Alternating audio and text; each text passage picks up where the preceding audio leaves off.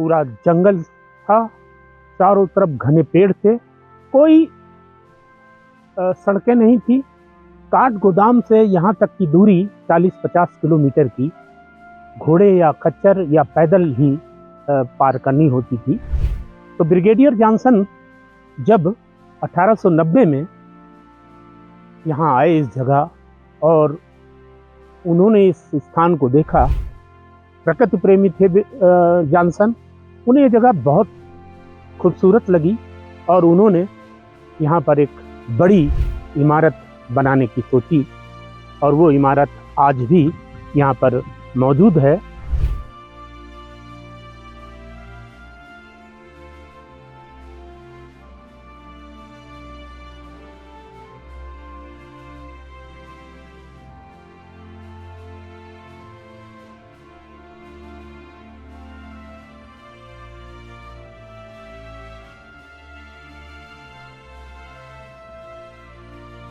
नमस्कार दोस्तों, रामगढ़ से प्रदीप सौरभ। आज मैं इतिहास के ऐसे पन्ने खोलने जा रहा हूँ जिसको सुनकर देखकर आपको थोड़ा अचंभा तो होगा, लेकिन ये इतिहास रामगढ़ में आज भी जीवित है और सुरक्षित भी है। आज मैं आपको एक ऐसी कोठी में लाया हूँ जो 1890 में ब्रिगेडियर जॉनसन ने बनवाई थी। उस वक्त ये इलाका पूरा जंगल था, चारों तरफ घने पेड़ थे, कोई सड़कें नहीं थी। काठ गोदाम से यहाँ तक की दूरी 40-50 किलोमीटर की घोड़े या खच्चर या पैदल ही पार करनी होती थी। तो ब्रिगेडियर जॉनसन जब 1890 में यहाँ आए इस जगह और उन्होंने इस स्थान को देखा, प्रकृति प्रेमी थे जॉनसन, उन्हें ये जगह बहुत खूबसूरत लगी और उन्होंने यहाँ पर एक बड़ी इमारत बनाने की सोची और वो इमारत आज भी यहाँ पर मौजूद है। आज मैं आपको इसी इमारत के अंदर ले चलूँगा और बताऊंगा कि इस इमारत का क्या इतिहास है, कैसे कैसे किसके हाथों में गई। फिलहाल ये इमारत, ये कोठी सिंधिया परिवार के पास है। तो आपको ले चलते हैं, आपको दिखाते हैं। ये देखिए मेरे पीछे खूबसूरत सी कोठी है जिसका मौजूदा नाम वृंदावन ऑर्चिड है और ये बहुत ही खूबसूरत कोठी है।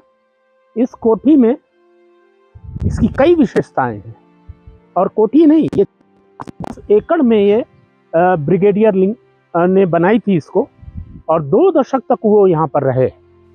2 दशक रहने के बाद उन्होंने ब्रिटिश सेना के एक बड़े अधिकारी मिस्टर लिंकन को इसको बेच दिया और 1930 तक मिस्टर लिंकन इस कोठी में रहे और उसके बाद ये कोठी मध्य प्रदेश के महाराजा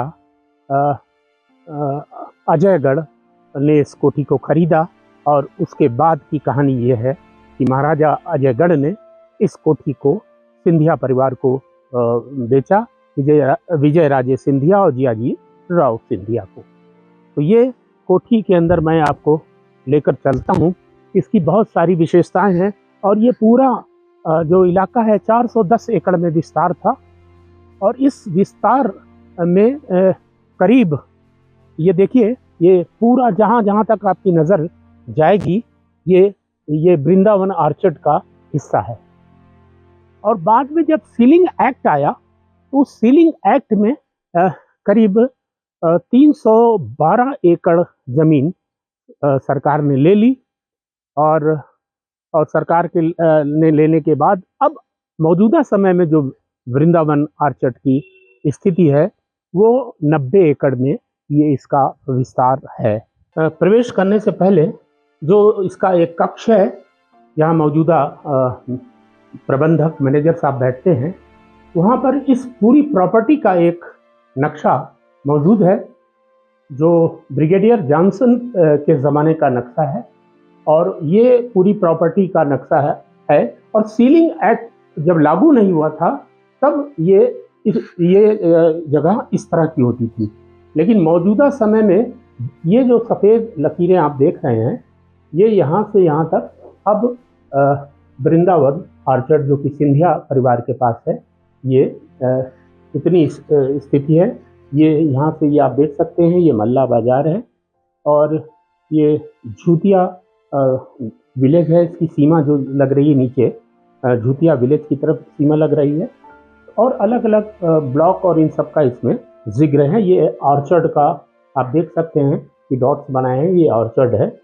तो आपको मैं अंदर इसके जो कक्ष हैं, इसके जो रूम्स हैं, जो इसके कमरे हैं और इसकी जो विशेषता है वो मैं आपको बताऊंगा। ये मैं इस कोठी के अंदर, और ये देख सकते हैं आप एक लंबा चौड़ा बरामदा यहाँ पर है। यहाँ कुछ बैठने के लिए चेयर्स हैं और लकड़ी की छत है। और ये जो दीवारें हैं ये आप देखिए, ये बड़े पत्थरों और मिट्टी और उड़द की दाल से इसकी चुनाई की गई है और अभी भी इसकी स्थिति ठीक ठाक बनी हुई है। और इस बिल्डिंग की खास बात यह है कि बर्फ भी गिर जाए लेकिन प्रॉपर टेम्परेचर मेंटेन रहता है, पूरा गर्म रहता है।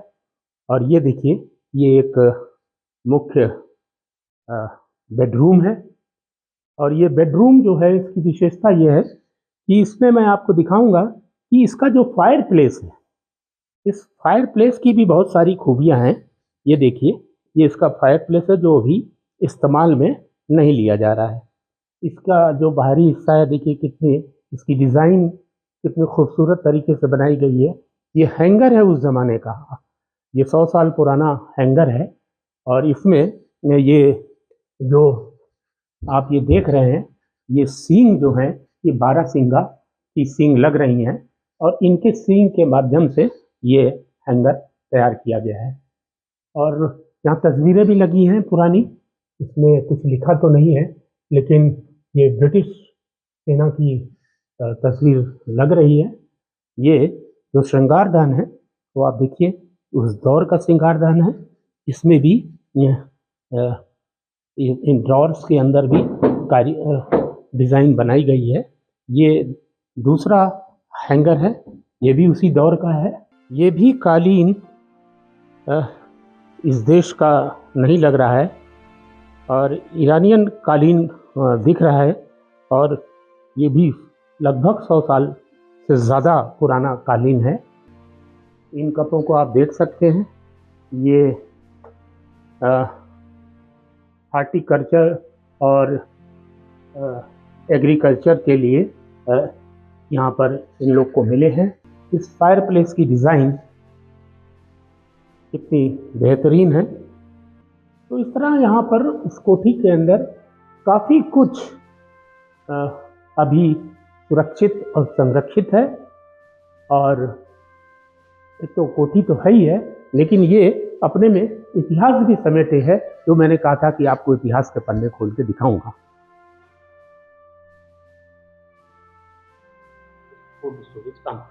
ये अंग्रेजों के समय से बना हुआ बंगला है और ये कमरे भी उसी समय के बने हुए हैं। इनका देखिए बना, ये जो बना है, ये बना, इतना बढ़िया बना। इसमें एक, हाँ, इसका लुक जो है कितना अच्छा बना है।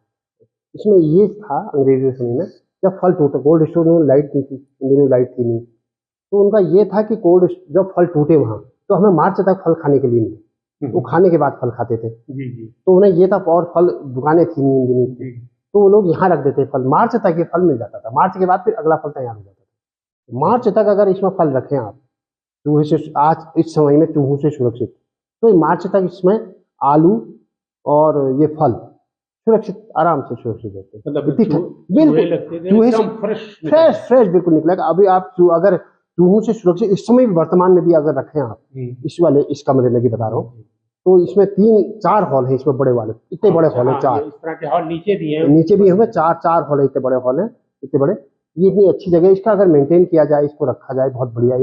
मतलब ये चीजें ये दोबारा बन नहीं पाएंगी। मिट्टी की दीवारें हैं, पूरी मिट्टी प्लास्टर, देखिए पत्थर मिट्टी की बनी, ये दोबारा ना बन पाएगा, ना कोई बना पाएगा ऐसा। वृंदावन आर्चर्ड ऐसा नहीं था कि आज जिस तरह से सुनसान पड़ा हुआ है। यहाँ बड़ी गहमा गहमी और हलचल हुआ करती थी। यहाँ तमाम पार्टी होते थे। जंगल के कारण यहाँ शिकार होता था। यहाँ पर गांधी परिवार भी आया है और बताया तो ये भी जाता है कि संजय गांधी यहाँ पर चिड़ियों वगैरह का शिकार किया करते थे। तो इसका संबंध तमाम ऐसे लोगों से है जो इस कोठी का, जो यहाँ पर अपने दौर के विशिष्ट लोग थे। तो इसकी चहल पहल में कोई कमी नहीं थी। वृंदावन आर्चर्ड के प्रबंधक या मैनेजर जो भी आप कहें, उमेश धर्मवाल जी हैं और ये यहीं के निवासी हैं, रामगढ़ के। इनका अपना भी एक बहुत खूबसूरत एक बड़ा बगीचा है नीचे, और ये यहाँ से जुड़े हुए हैं। तो ये तमाम ये जो पुरानी बिल्डिंगें हैं इसके बारे में, और यहाँ का जो ऑर्चर्ड है या दूसरे फल हैं उसके बारे में हमें संक्षेप में बताएंगे कि उमेश जी ये क्या है, ये जो आप देख रहे हैं इससे इस समय क्या हो रहा है? ये सामने जो है गैराज है, इनकी एम्बेसडर गाड़ी थी वो इसके अंदर रहती थी, और एक ट्रक था इनका, तो उसमें एक ट्रक रोज यहाँ से फल मंडी को जाता था। रोज एक एक ट्रक जाता था। हल्द्वानी मंडी जाता? हल्द्वानी मंडी, हाँ। अच्छा, एक ट्रक जो अपना था और यहाँ एम्बेसडर कार पार्क होती थी हाँ। और एक ट्रक मतलब इसका उत्पादन यहाँ काफी बड़ी मात्रा में होता था। तो अगर हम ये कहें कि जो रामगढ़ को फल पट्टी कहते हैं, तो उसको फल पट्टी बनाने में वृंदावन गार्डन की बड़ी भूमिका है। बहुत बड़ी भूमिका है। अगर लिंकन साहब यहाँ पर इतनी प्रजाति के सेब न लाए होते तो क्या यह सेब की पट्टी जो है, आज इतना सेब हो रहा है इस रामगढ़ में, शायद होता या ना होता? नहीं होता, क्यों नहीं होता। हाँ, लेकिन जो वैरायटियाँ पहले वो लाए थे, अब वो वैरायटियाँ लुप्त हो गई। कौन सी कुछ याद है आपको? जैसे अर्ली संसवरी है, हाँ, और अपना ग्रीन फीट है, और बिनोनी, हाँ, टॉमकिन और महाराजी डाइमर बोलते हैं। हाँ, वो जो कश्मीर में क्या कहते हैं उसको? हजरत बली। हाँ, जो और हमारे यहाँ पे 103 बोलते हैं उसको। अच्छा, उसको अर्ली संसवरी को 103 बोलते हैं। अर्ली संसवरी को 103 और कश्मीर में हजरत बली। हाँ। और ये वाली जो बिल्डिंग है, ये सामने गोडाउन है। अच्छा, गोदाम का, इसमें फल के डब्बे। और उससे पहले ये घुड़साल हुआ करता हुआ। घुड़साल तो उनका ऊपर जो दुकानें हैं, जो किराए में है, जो मल्ला बाजार 4 दुकानें हैं, वहाँ घुड़साल हुआ करता है। कि एक और खास बात है इस कोठी की और वृंदावन आर्चर्ड की, कि जब मिस्टर लिंकन यहाँ पर रह रहे थे, जो ब्रिटिश सेना के अधिकारी थे, उन्होंने ब्रिटेन से लगभग 100 प्रजाति के सेब यहाँ पर लगाए थे, और वो 410 एकड़ में उन्होंने इन सेबों को यहाँ पर लगाया था, जो आज भी एक दुधारू गाय की तरह यहाँ का एप्पल आर्चर्ड है। और इसके अलावा और भी फल बाद में लगाए गए, प्लम है, आड़ू है और दूसरे फल भी लगाए गए। और यही नहीं, एक और दिलचस्प बात है, इस परिसर के अंदर एक हेलीपैड भी है, और एक हेलीपैड होने के जो हेलीपैड है उसमें यहाँ हेलीकॉप्टर भी उतरते हैं। अभी पीछे दिनों टैगोर टॉप पर शांति निकेतन का शिलान्यास करने के लिए मुख्यमंत्री स्वयं यहाँ पर आए थे, और उस नीचे की ओर हेलीपैड पे वहाँ पर उन्होंने अपना उनका हेलीकॉप्टर यहाँ पर उतरा था। और ये जो मैदान इन पेड़ों के, देवदार के पेड़ों के पीछे है, यही हेलीपैड है। हमारे साथ प्रमोद ढीला जी है, और वो भी यहाँ के स्थानीय नागरिक हैं। और इस कोठी से जुड़ी एक बहुत दिलचस्प कहानी उन्होंने मुझे बताई है, किसी सन की अंग्रेज के बारे में। तो प्रमोद जी जरा बताइए वो क्या कहानी? सन की अंग्रेज की ये थी कहानी कि वो कहते हैं उस समय अंग्रेज का ये था कि वो पैसे मंगाता था नैनीताल होने से, नैनीताल से पैसे, तो पैसे कट्टों में आते थे, करेंसी आती थी, चांदी के सिक्के होते थे, उनको मंगाते थे और उसमें वो कहते थे कि इसको आप लगाइए। उनका ऐसा लगा कि ये होगा रुपये के पेड़ होंगे, रुपये के पेड़ होंगे। तो फिर कुछ दिनों बाद माली ऐसा करते थे, उसको वहाँ देख, उनका फिर उसे याद आती थी कुछ समय बाद, वो पेड़ लगाए थे, क्या हुआ, वो जाओ खोदो। ये कहते थे सब सड़ गए वो पेड़। अच्छा, वो पेड़ सड़ गए, वो पैसा सड़ गया जो था। ओहो, इस बार नई करेंसी लाना, बिल्कुल नई सिक्के लाना। अच्छा। नए वाले सिक्के, उनमें तो चांदी के सिक्के चलते थे जी जी। रुपये का, तो नए सिक्के लाना, अंग्रेजों का शासन था, हम्म। नए सिक्के लगाए जाते थे। भाई ये सिलसिला करीब 2-3 बार चला होगा, ये एक कहानी बन गई है। अच्छा, और वो फिर जो संघी और अंग्रेज संघी अंग्रेज था, फिर ऐसे ही होता था, फिर वो खत्म ही हो गया, फिर संघी अंग्रेज वो चला गया यहाँ से। पैसा भी कब तक रहे, जी। एक लिमिट तक रहेगा।